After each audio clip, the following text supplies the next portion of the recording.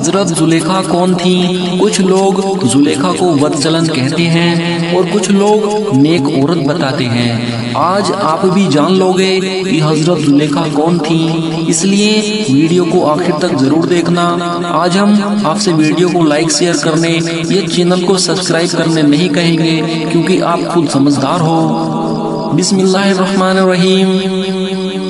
حضرت زلیخا بڑی حسین اور جمیل عورت تھی اور بادشاہ مغرب تیموس یا آبیل کی دختر نیک تھی۔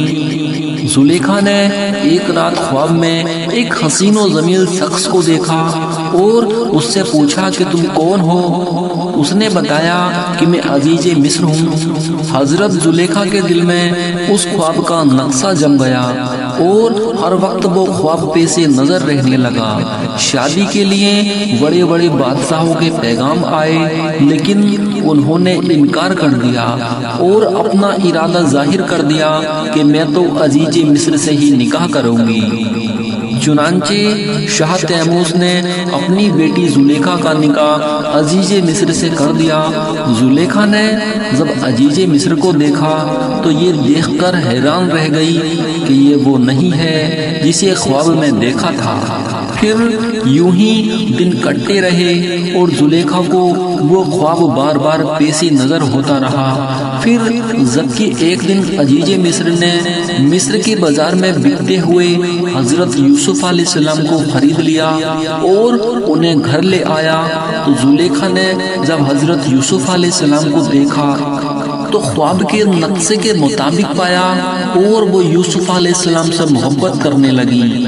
اور جب یوسف علیہ السلام جوان ہوئے تو زلیخا آپ کی خوبصورتی اور حسن و جمال پر فدا ہو کر عاشق ہو گئی اور انہوں نے ایک محل بنوایا جس کے اندر 7 کمرے تھے اور اس میں حضرت یوسف علیہ السلام کو لے گئی اور پہلے کمرے میں داخل ہو کر اس کا دروازہ بند کر دیا۔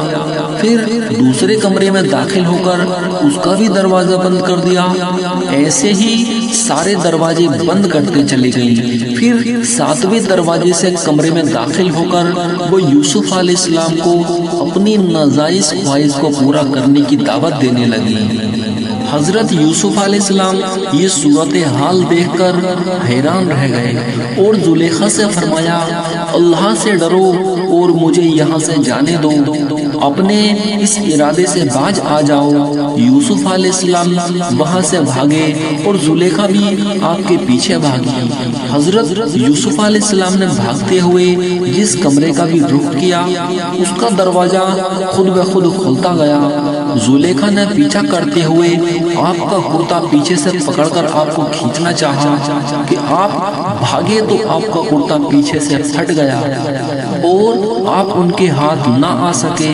کمروں سے باہر آ گئے۔ جب باہر آئے تو پہلے دروازے پر عزیز مصر کو کھڑا پایا تو زلیخا نے خود کو بچانے کے لیے بہانہ تراشا اور اپنے شوہر سے کہنے لگی، جو تیری بیوی سے برائی کے ساتھ پیش آئے اس کی کیا سزا ہے؟ میں سو رہی تھی کہ اس نے آ کر میرے کپڑے ہٹائے، مجھے پھسلایا، اسے قید کر لو یا کوئی اور تکلیف کا سزا دو۔ جب یوسف علیہ السلام نے دیکھا کہ زلیخا الٹا آپ پر الزام لگا رہی ہے تو آپ نے اپنی بے گناہی کا اظہار کیا اور حقیقت حال بیان کرنا ضروری سمجھا۔ آپ نے فرمایا، اے عزیز مصر، یہ غلط بیان کر رہی ہے، واقعہ اس کا الٹا ہے، میں نے ایسا کچھ نہیں کیا، خود اس نے مجھے لبھایا اور مجھ سے غلط ارادہ کرنا چاہا۔ عزیز مصر حیران ہو گیا، سوچنے لگا کہ دونوں میں سچا کون ہے اور بولا کہ اے یوسف، میں کس طرح یقین کر لوں کہ تم سچے ہو؟ تو حضرت یوسف علیہ السلام نے فرمایا، گھر میں 4 مہینے کا ایک بچہ ہے جو پالنے میں لیٹا ہوا ہے، اس سے پوچھ لو کہ وہ واقعہ کیا ہے۔ عزیز مصر نے کہا، بھلا 4 مہینے کا بچہ کیا جانے اور وہ کیسے بولے گا؟ تو آپ یوسف علیہ السلام نے فرمایا، اللہ تعالیٰ اس کو زبان دے گا اور اس سے میری بے گناہی کی شہادت ادا کرا دینے پر قادر ہے۔